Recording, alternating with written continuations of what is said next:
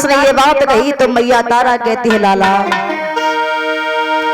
कि बेटा जा दुखिया मैया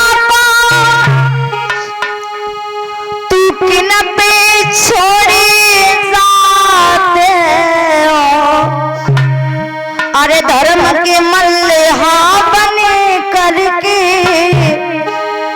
और किश्ती मझधार डुबाते हो।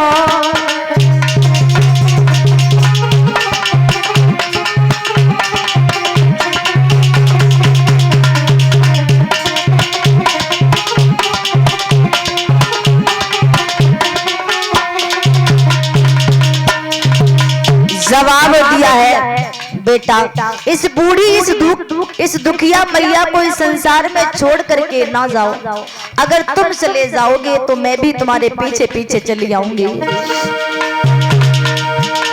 बेटा जा दुखिया मैया तू किन पे छोड़े जाते हो, अरे धर्म के मला बन करके किस्ती मजेदार डुबाते हो।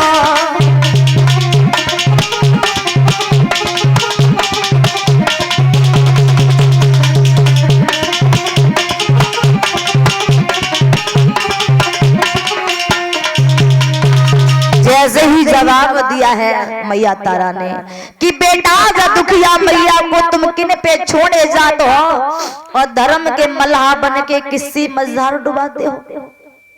इस दुखिया को इस बूढ़ी मैया को संसार में अकेला छोड़ करके बेटा ना जा। बेटा रोहितास मैया को समझा करके बोला मैया देख अब ज्यादा समय नहीं है, ज्यादा समय नहीं है, बस थोड़ा सा समय है, जो कुछ कहना हो सो कह लो।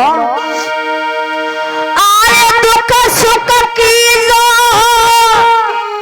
कैरी सो मैया मोह से पहले,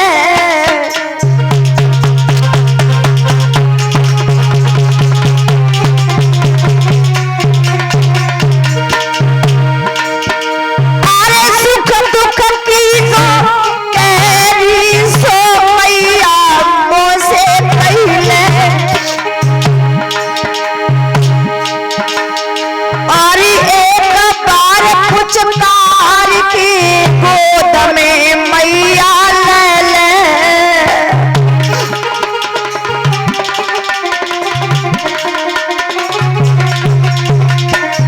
जवाब दिया माँ जो सुख दुख की बातें कहनी हो सो मुंह से कह ले, ज्यादा समय नहीं है, बस अंतिम बार पुचकार करके जो भी लाड प्यार करना चाहती है बस कर ले, क्योंकि आज के बाद तुझे तेरा बेटा लाड प्यार करने को नहीं मिलेगा।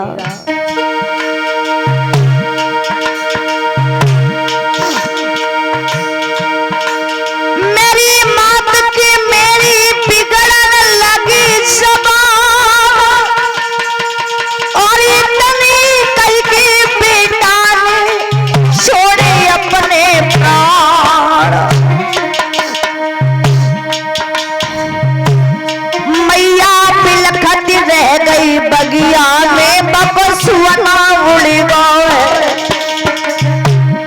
मैया बिलखत रह गई बगिया में बपसुअना उड़ गए।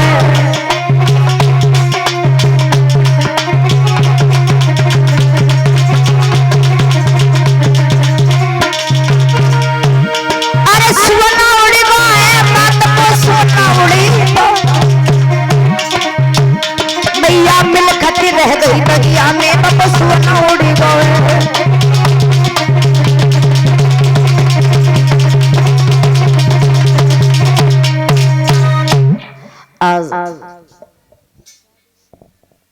जवाब दिया मैया जो सुख दुख की बातें कहनी हो सो कह ले, क्योंकि मेरे पास में ज्यादा समय नहीं है। अब मैया सब बेटा रोहितास के चेहरा की ओर देखती है। जवाब दिया बेटा अरे ऐसा ना कह, मैं तुझे कुछ भी होने नहीं दूंगी, लेकिन मेरे दादा अब्बाई समय हुआ ये कि आज मैया की गोद में बेटा रोहितास ने अपने प्राण त्याग दिए। जैसे ही मैया की गोद में बेटा ने अपने प्राणों को छोड़ा है तो मैया एकदम से धड़ाम से जमीन पर महाराज पछाड़ खा करके गिर गई।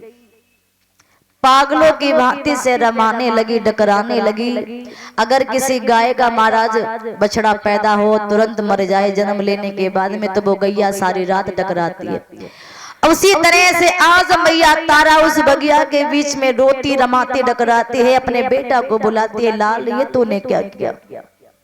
अरे तूने अच्छा नहीं किया कि जो इस दुखिया को संसार में छोड़ के चला गया, राजपाट भी हमसे छीन लिया गया, तेरे पिता भी न जाने कहाँ होंगे, किस हाल में होंगे, और एक तू ही तो सहारा था, वो तू भी चला गया है। मैया रोती कहती है बेटा अरे चेता गर्भ में रया नींदावरी सोयोरी काया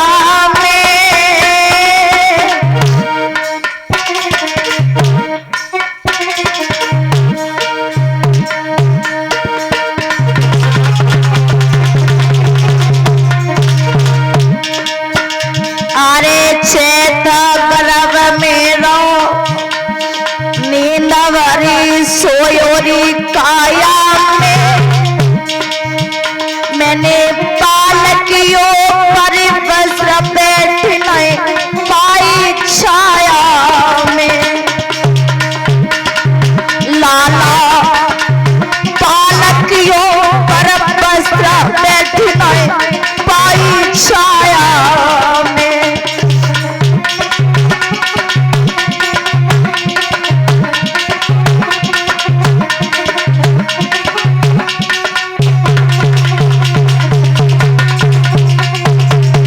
जवाब दिया बेटा मैंने 9 महीने तुझे अपने गर्भ में रखा, न जाने कितनी पीड़ा को सहन किया, पाल पोस करके बड़ा कर दिया, और आज तू इस दुखिया को छोड़ के चला गया। अरे याद कर वो दिन आरी कोरा करी परमेश्वर रूठे, आरे कोरा करी परमेश्वर रूठे, राजा पाट छिनी गयो आई हम काशी में लूटे, लाला राजा पाट छिनी गयो आई हम काशी में लूटे।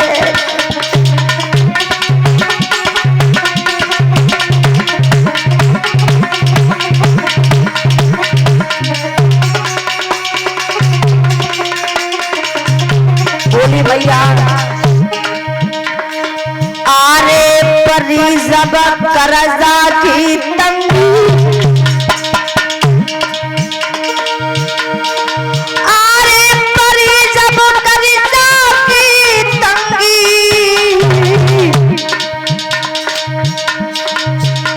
और अब के निज घर जाई भूप पे कमा करे वंगी, आरे करम गति तारे नाई ठरे। दादा और ही राजा हरिश्चंद्र आज में तरगर नीरावरे भैया,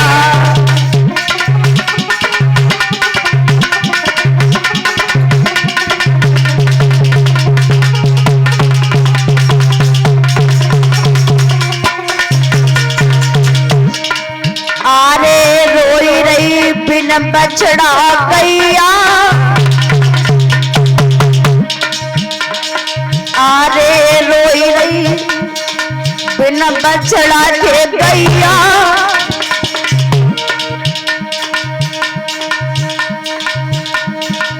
ओ भैया एक भजन बिना तेरी डमाडोल भैया, ओ भैया एक भजन बिना तेरी डमाडोल भैया,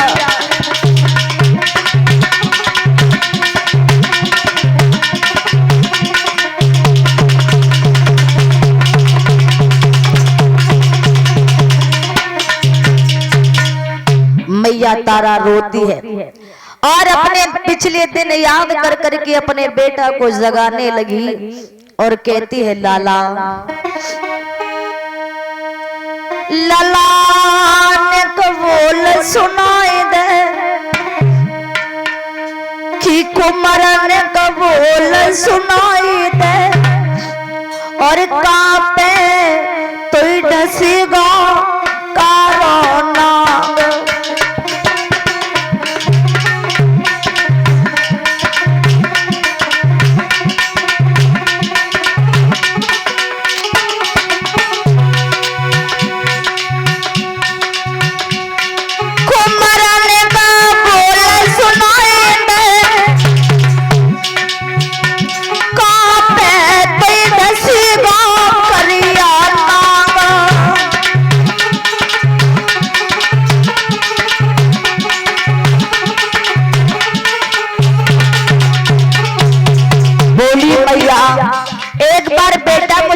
बता दे कि आखिर तुझे उस सर्प ने काटा कहाँ है। अरे तू ऐसे इस बगिया में क्यों पड़ा है। वैसे तो जब तू बाहर से खेल के आता था तो एक बार नहीं बल्कि अनेकों बार मैया कह करके आवाज लगाया करता था और आज जब खुद तेरी माँ बुला रही है तो तू चुपचाप लेटा है सो रहा है।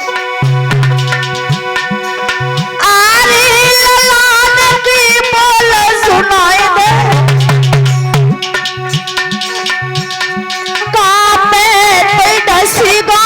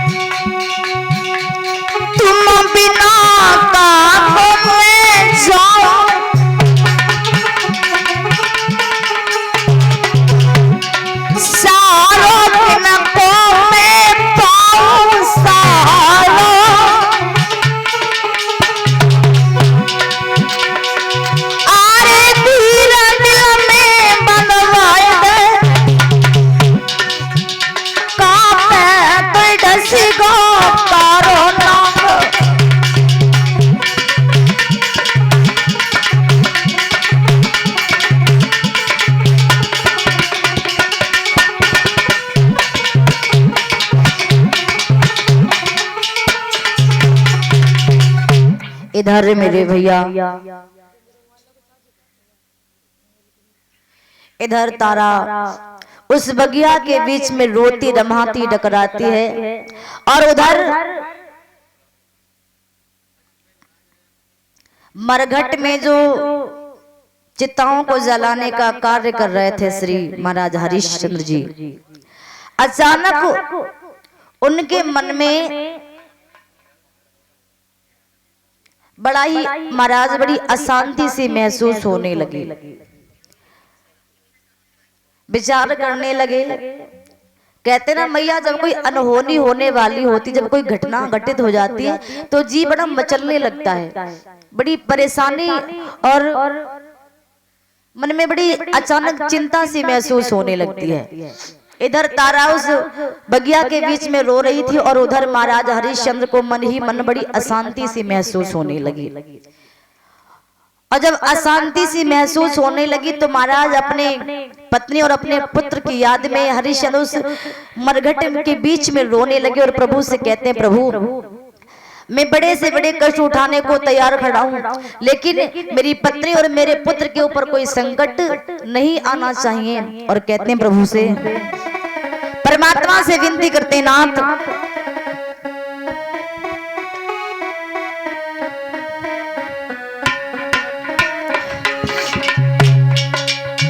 कौन किए अन्याय जो किस्मत बदल गई,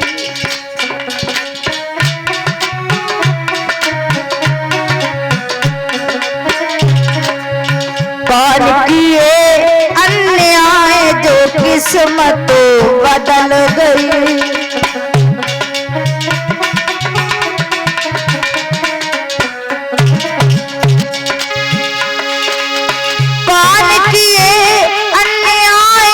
किस्मत बदल गई, मेरे सारे सुख की बगिया उजड़ गई, मेरे सारे सुख की बगिया उजड़ गई।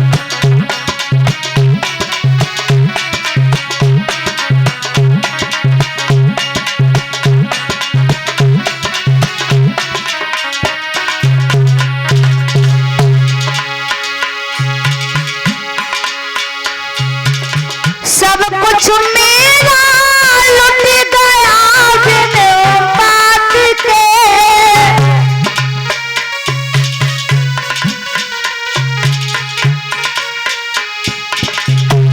महाराज हरिश्चंद्र कहते हैं, प्रभु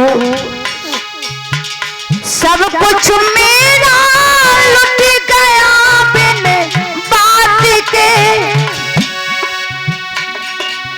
परिवार भी छूट गया मेरे साथ के, गिरधारी क्यों मेरी किस्मत बदल गई,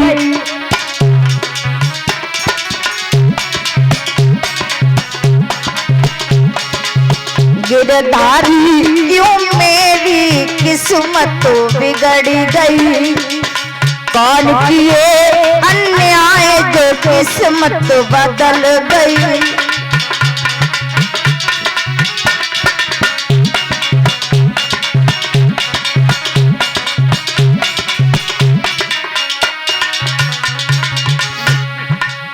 कौन किए अन्याय जो किस्मत बदल गई, मेरे सारे सुख की बगिया उजड़ गई।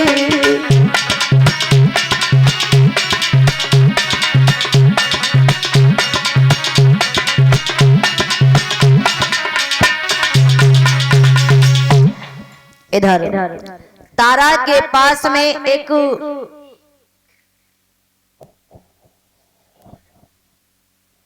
इसी बीच में दान हुआ है। श्री शमाने विपिन यादव भैया जी 50 रुपए का दान कर रहे हैं। चंद्रपाल यादव भैया जी ये भी 50 रुपए का दान कर रहे हैं। राधा रानी कृपा वर्षाती रहे, सुख शांति बनी रहे। इधर जिस समय तारा के पास में एक व्यक्ति आकर के पहुंचा, जवाब दिया, बेटी तेरा बेटा तो मर चुका है, अब जिंदा नहीं रहा है, समय आने पर इसका अंतिम संस्कार करवा दे, वरना इसकी सारी देह सारा शरीर बेकार हो जाएगा। तारा ने कहा, भैया तुम क्या जानो एक माँ की ममता क्या होती है? अरे मैंने अपने बेटा को बड़े लाड़ प्यार से पाल पोस करके बड़ा किया है, और भला मैं अपने हाथों से अपने बेटा का अंतिम संस्कार कैसे कर दूं? जवाब दिया है उस माली ने, देखो बहना, अंतिम संस्कार तो करना पड़ेगा, अगर नहीं करोगी तो इसके शरीर से महक आने लगेगी, ये जीवित नहीं है, मर चुका है। और माली ने समझाया, वहां से चला गया। तारा आज अपने बेटा की लैस को गोद में लेती है, चली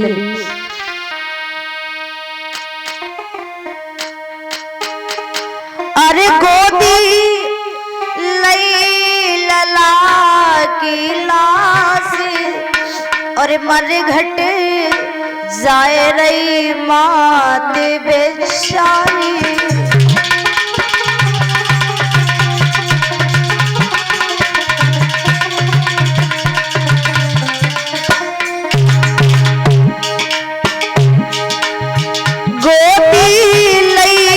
कुंवर की लाश मरघट जाए रही मात बेचारी।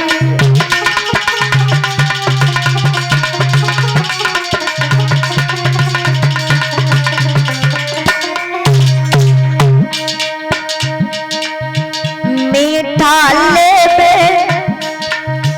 और पुचकारे, मीठा लेबे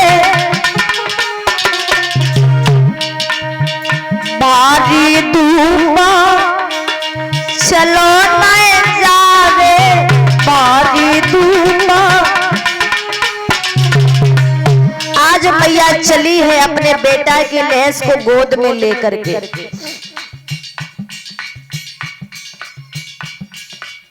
चलती जाती है, कहीं मीठा लेवे, कहीं पुचकारती है, नंगे पैरों महाराज चली जा रही। लेकिन मैया थक गई, बेटा की लैस को नीचे रखा, फिर उठाने लगी, फिर लेकर के चली। मीठा लेवे और पुचकारे,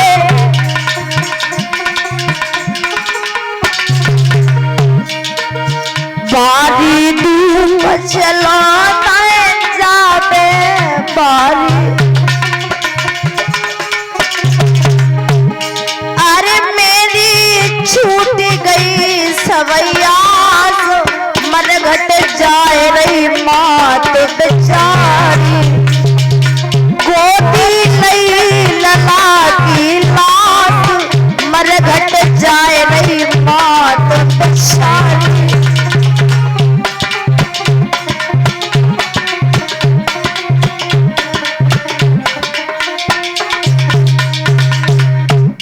मैया चली, लेकर के चली। देखा है कि मेरे बेटा के ऊपर तो कफन भी नहीं है और इतना मेरे पास में टका भी नहीं है कि मैं अपने बेटा के लिए कफन भी खरीद लूं। कैसा समय है। तो मैया ने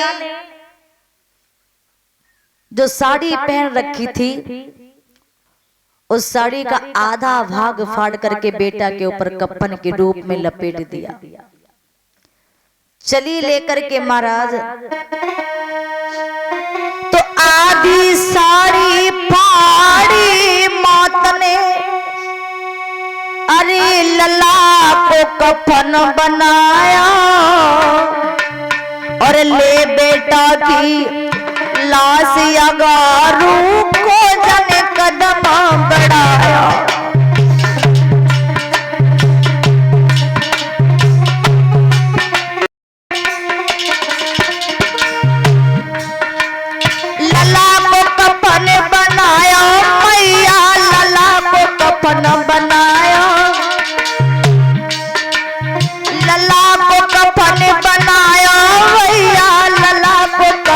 बनाया ले बेटा की लाश अगारू को जाने कदम बढ़ाया।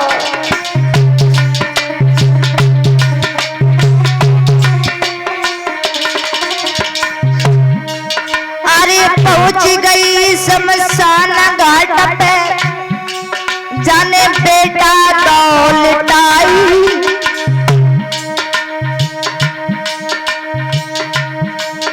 अरे पहुंच गई शमशान घाट में बेटा दौलताई।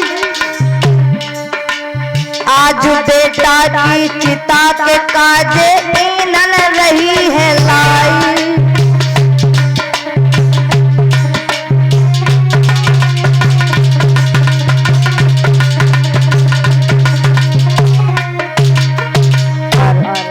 बेटा की लैस को जाकर के शमशान घाट की भूमि पे रख दिया। बेटा की लैस के लिए आज मैया ईंधन इकट्ठा करने लगी। कौ बाज के चिता बनाती, कौ वेद में लेती उठाई। अरे कौ बाज के चिता बनाती, कौ गोद में लेती उठाई। तोले एक आवाज गूंज गई और कान में आई।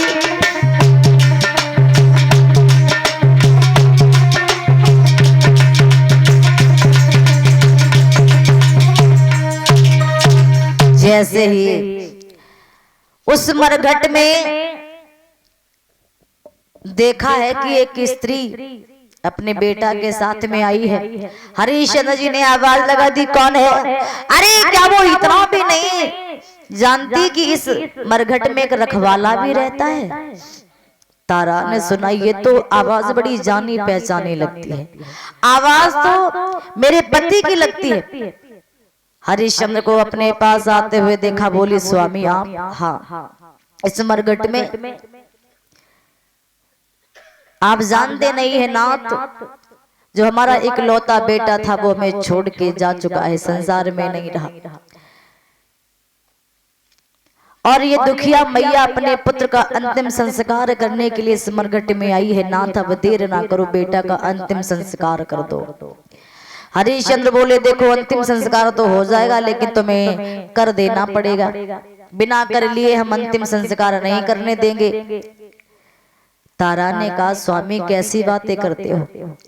अरे मेरे पास देने को कुछ भी नहीं है, मेरे पास कफन खरीदने के लिए पैसा भी नहीं था, जिसके कारण मैंने अपनी आधी साड़ी फाड़कर बेटा के कफन के रूप में डाल दी। मैं बड़ी अभागन माँ हूं कि मैं अपने बेटा का अच्छी तरीके से अंतिम संस्कार भी नहीं कर पा रही हूँ। नाथ, मेरे पास देने को कुछ भी नहीं है, और ये मेरा बेटा नहीं बल्कि आपका भी तो बेटा है, इसका अंतिम संस्कार कर दो। हरिश्चंद्र ने कहा, देखो तारा, हम अंतिम संस्कार तो कर देंगे, लेकिन बिना कर लिए नहीं करेंगे। जब तक कर नहीं दोगी तब तक अंतिम संस्कार नहीं होगा। जवाब दिया है। तारा ने कहा, महाराज आप ऐसी बातें ना करो। हरिश्चंद्र बोले, तारा पिछली बात याद करो, जो जैसा करता है उसे वैसा ही मिलता है। याद करो पिछली बातें, जब मैंने तुमसे कहा था उस घाट पर कि मेरे घड़ा को उठवा दो, तो तुम तो पंडितानी बनी गई।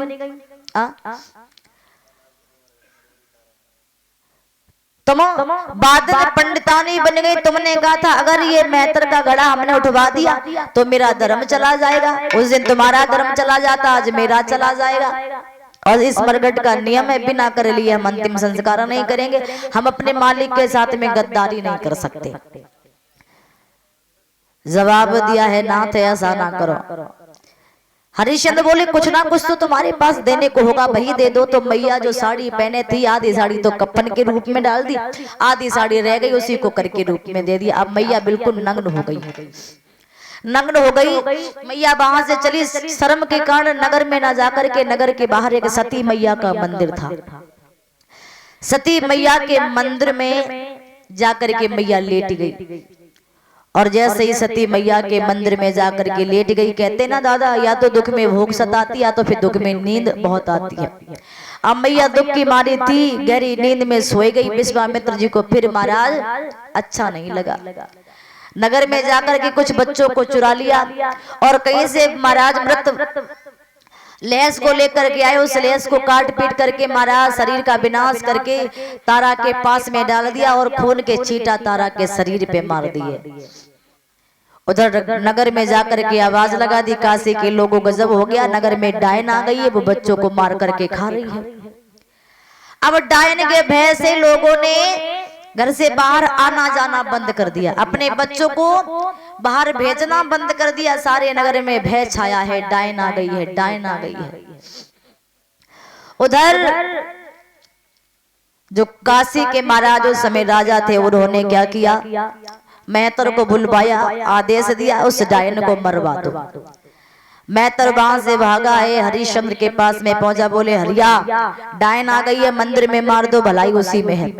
अब हरिश्चंद्र अपने मालिक का आदेश पाकर के चले डायन को मारने के लिए। जब मंदिर के अंदर पहुंचे तो क्या देखा, डायन तो और कोई नहीं बल्कि उनकी पत्नी तारा लेटी है।